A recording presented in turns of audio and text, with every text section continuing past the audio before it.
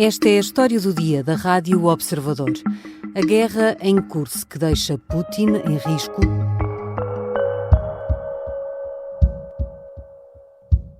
Глубина проникновения на территорию Курской области составляет 12 километров. Ширина по фронту 40 километров. É um momento constrangedor, quando o governador de Kursk revela numa reunião que a Ucrânia já assumiu o controle de 28 localidades e pelo menos 2.000 russos estão desaparecidos. Putin corta-lhe a По palavra. фронту 40 километров. Послушайте, Алексей Борисович, это военная... Ninguém sabe ao certo qual o real avanço das tropas de Kiev, mas há uma certeza. Pela primeira vez desde a Segunda Guerra Mundial, território russo foi invadido e tomado pelo inimigo. Em que posição fica Vladimir Putin?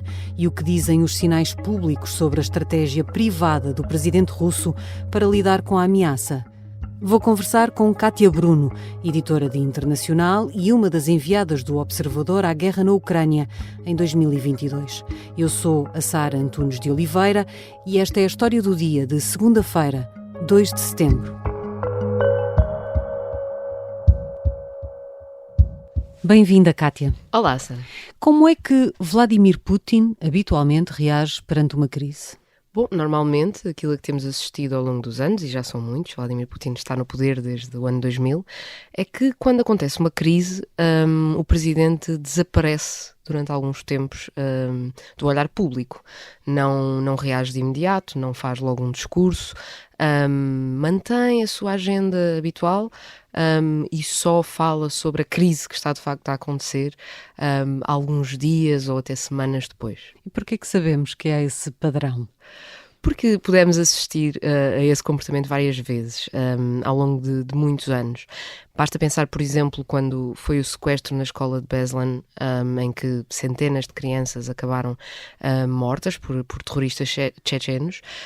Putin não reagiu logo, esteve desaparecido durante alguns tempos e depois apareceu mais tarde com um discurso muito forte e a dizer que iria usar isto para fazer alterações na forma de eleições de governadores locais, por exemplo. Quando começou a crise da pandemia de Covid-19, Putin também desapareceu e foram os governadores regionais que anunciaram as primeiras medidas do país. E mais recentemente, quando Yevgeny Prigozhin, o líder da milícia Wagner, tentou um motim para derrubar Putin, tentando entrar com os seus soldados por Moscovo dentro, Putin também não reagiu logo. Só depois da rebelião estar contida é que falou em público e disse que a rebelião teria que ser castigada. É uma forma de só se associar a uma crise quando ela já está a caminho de ser resolvida e ele pode sair com uma imagem de força? Sim, há um especialista na Rússia muito conhecido, o Mark Galeotti, que dizia recentemente, Putin desaparece, faz este ato de desaparecer, espera para ver o que é que os subordinados fazem, se correr bem aparece para colher os louros, se correr mal aparece para castigar quem errou e, portanto, ele acaba sempre por sair bem na fotografia, aconteça o que acontecer. É isso que tem acontecido agora, com esta invasão de território russo por parte do exército de Kiev? Parece-me que sim. Tivemos nos primeiros dias um presidente russo a não falar em público sobre o que estava a acontecer. Até as autoridades russas demoraram a confirmar, como as próprias autoridades ucranianas, a confirmar que estava uma ofensiva de facto em curso em território russo. Depois Putin foi aparecendo, mas na sua agenda habitual, sem falar sobre o tema. E depois, à medida que as semanas foram avançando e era óbvio aquilo que estava a acontecer e já havia uma resposta no terreno por parte da Rússia, Putin apareceu na reunião que ouvimos no início deste episódio a abordar o assunto e a repreender o governador da região de Kursk por este estar a revelar dados potencialmente sensíveis sobre perdas russas na zona de fronteira com a Ucrânia. Bom, se este é o comportamento público de Vladimir Putin, sabemos que em privado ele sabe que há uma crise e está a reagir como costuma reagir. Porquê que há uma crise? Bom, há uma crise porque basta resumirmos nesta simples frase: é a primeira vez que território russo é invadido por um país estrangeiro desde a Segunda Guerra Mundial. Portanto, logo aí é óbvio que há uma crise. Se pensarmos que ainda por cima essa invasão é feita pelo país que tem sido atacado pela Rússia há 2 anos... Uma inversão de papéis. Uma total inversão de papéis e que tem aqui um efeito no moral das tropas ucranianas e da própria sociedade ucraniana muito forte, é evidente que é uma crise. Pois é ainda mais evidente que é uma crise quando surgem relatos no terreno de que a resposta das autoridades russas demorou, de que a resposta militar durante os primeiros dias assentou apenas nos recrutas que estavam na região e não em militares experientes. Recrutas que supostamente nem iriam ser postos a combater, não é? Precisamente, Putin tinha dado essa garantia às famílias de que eles nunca estariam numa linha da frente, numa zona de combate ativa, mas a partir do momento em que a Ucrânia invade a Rússia, em resposta a uma invasão da Rússia, esses recrutas foram apanhados desprevenidos e de repente são feridos, são mortos, são feitos prisioneiros de guerra. Já voltamos à conversa com a Kátia Bruno. Na segunda parte vamos tentar perceber exatamente porque é que Kursk se tornou uma das batalhas desta guerra e do impacto que os civis, agora os russos, podem ter.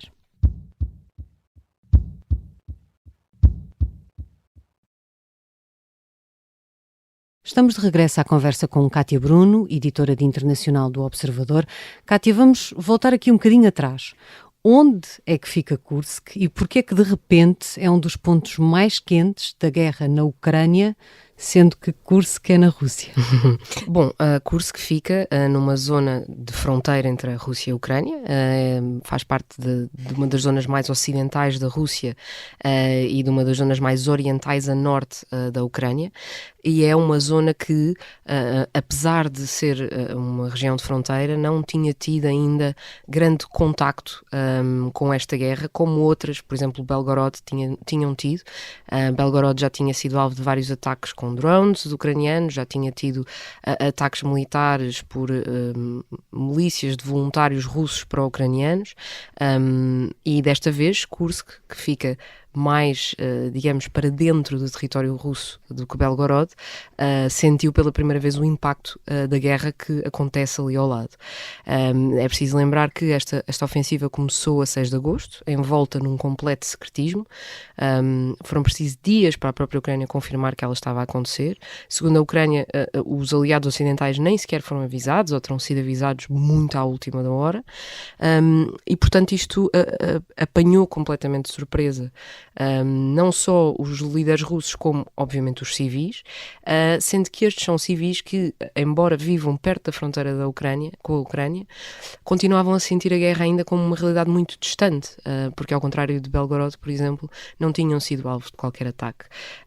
E, portanto, isto tem um impacto na psique dos russos, obviamente, muito grande, e ainda para mais estamos a falar de civis que, de repente, lidaram não apenas com o ataque de um drone uma vez, mas com bombardeamentos repetidos, com tropas a entrarem pela cidade adentro, com terem de se refugiar em caves e abrigos subterrâneos, com a falta de bens e, portanto, aquilo que os ucranianos sentiram ao longo dos últimos 2 anos, de repente, cidadãos russos em Kursk sentiram exatamente o mesmo. Mas em público os russos foram garantindo que não se passava nada, estava tudo controlado.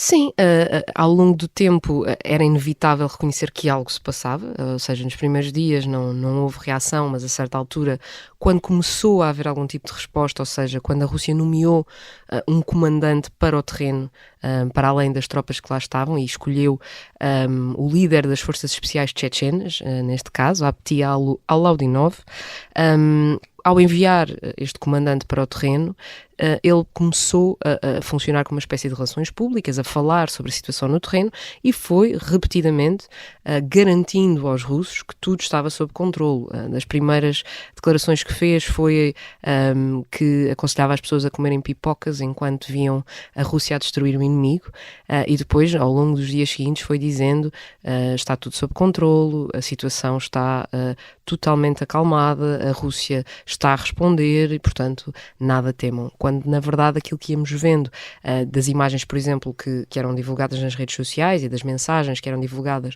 não só pelos ucranianos, mas pelos próprios civis russos, era um relato um pouco diferente daquele que o comandante fazia em público. Esses relatos dão conta de que até este fim de semana são quais as estimativas? A Ucrânia diz que já controla 100 localidades na região de Kursk. Os russos não falam em números oficialmente, mas a famosa reunião de Putin com o governador da região trouxe aqui algumas luzes quando o governador fala em pelo menos 28 localidades conquistadas. Claro que é uma diferença muito grande de números face àqueles que a Ucrânia disse, mas esta reunião também já aconteceu há mais tempo. E o governador também falou em mais de 2.000 pessoas desaparecidas. Cidadãos russos. Cidadãos russos, alguns militares, alguns civis, não sabemos exatamente. Sabemos, por exemplo, que uma publicação russa independente, que é o iStories, conseguiu identificar 130 recrutas russos que terão sido feitos prisioneiros pela Ucrânia, que estão dados como desaparecidos, mas que eles conseguiram identificar o seu paradeiro. E sabemos que a Rússia e a Ucrânia fizeram uma troca de prisioneiros com 150 para cada lado, sendo que isso significa que a Ucrânia fez pelo menos 150 prisioneiros de guerra, muito provavelmente terá feito mais. Na primeira parte e também há pouco, já nesta segunda parte, falavas do impacto para os civis, de repente russos que estão a viver a mesma coisa que vimos ucranianos viver, escondidos em bunkers durante dias, semanas. Neste momento os civis russos são as vítimas colaterais da guerra, nesta batalha específica. Esta mudança pode virar a opinião pública russa contra Putin? Há aqui elementos que temos de ter em conta que são, por um lado, a fase do conflito e, por outro, a dimensão geográfica da Rússia. Ou seja, o que é que eu quero dizer com isto?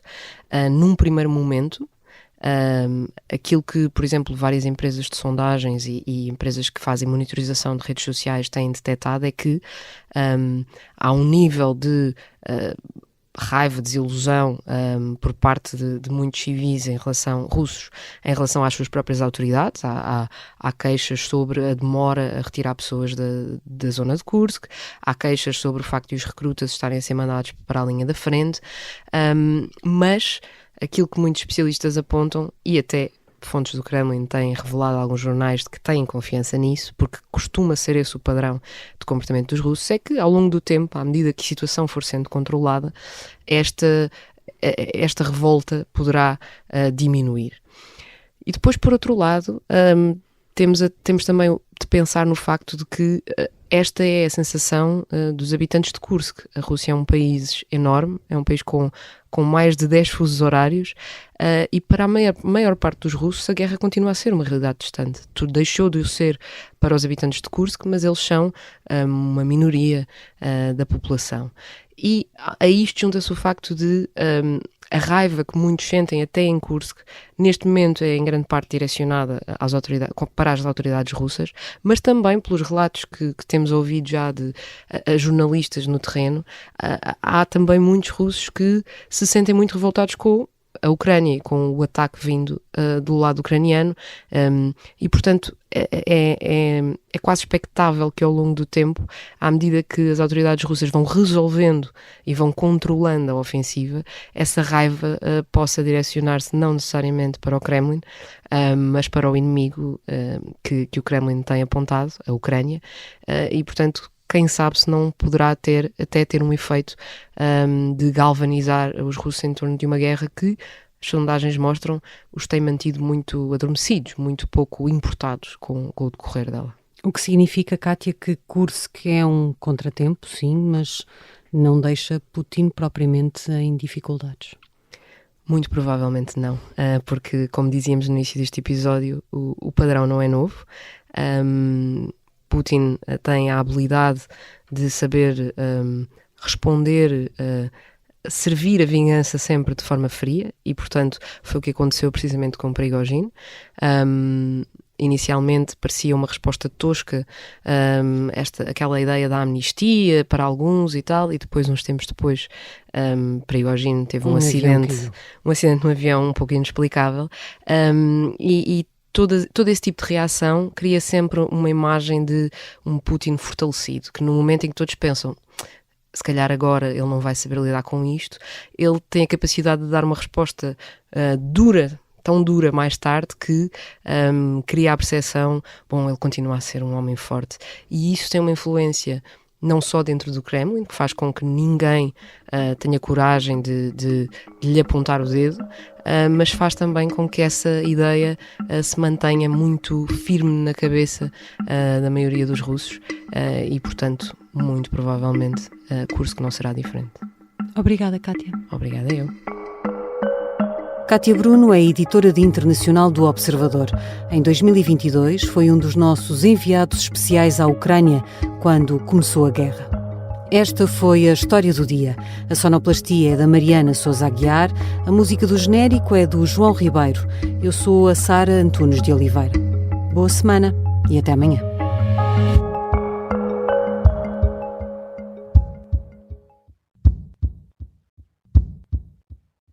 Se gostar deste podcast, pode seguir, dar 5 estrelas e comentar o episódio na Apple Podcasts ou no Spotify.